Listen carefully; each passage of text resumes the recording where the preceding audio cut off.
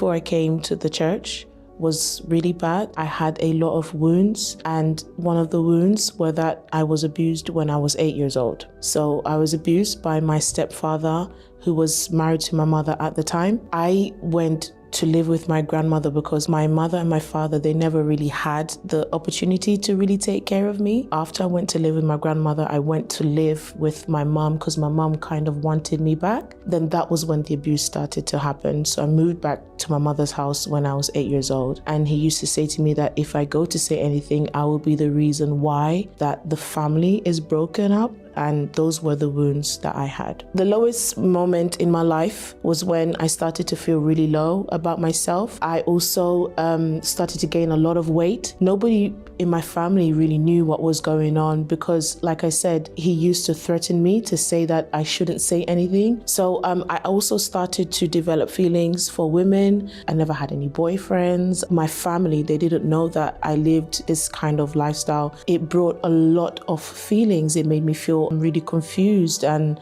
that was one of the lowest time in my life. What was causing me pain at the time was that I wasn't able to open up.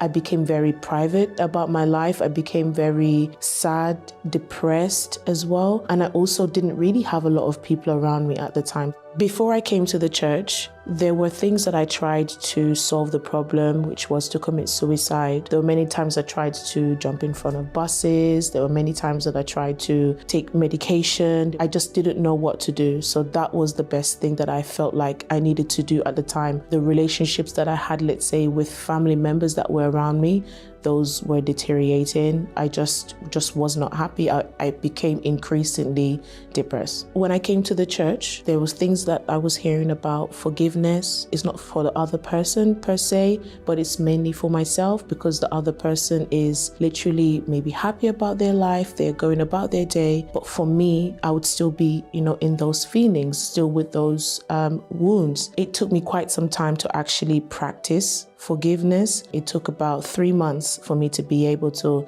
put things into practice. After I started applying what I learned in the church, I started seeing different changes within my mentality. I started kind of like testing myself. I really wanted to see the fruit of being able to forgive someone, to forgive the person that had harmed me. I realized that my wound became scars. When I called my stepfather, I called my mom, but I called him as well. I was speaking to him on the phone. I had no feelings, there were no grudges. I was healed from these wounds that had happened to me. Today, my life is completely different. There's peace, there's joy. I no longer feel oppressed. I no longer have low self-esteem. I am married. I have a daughter. That's where the change has happened as well. I'm happy in my marriage. Also, another area of my life that has drastically improved is also my career. Before, I didn't have much prospects in life because of the things that I was going through.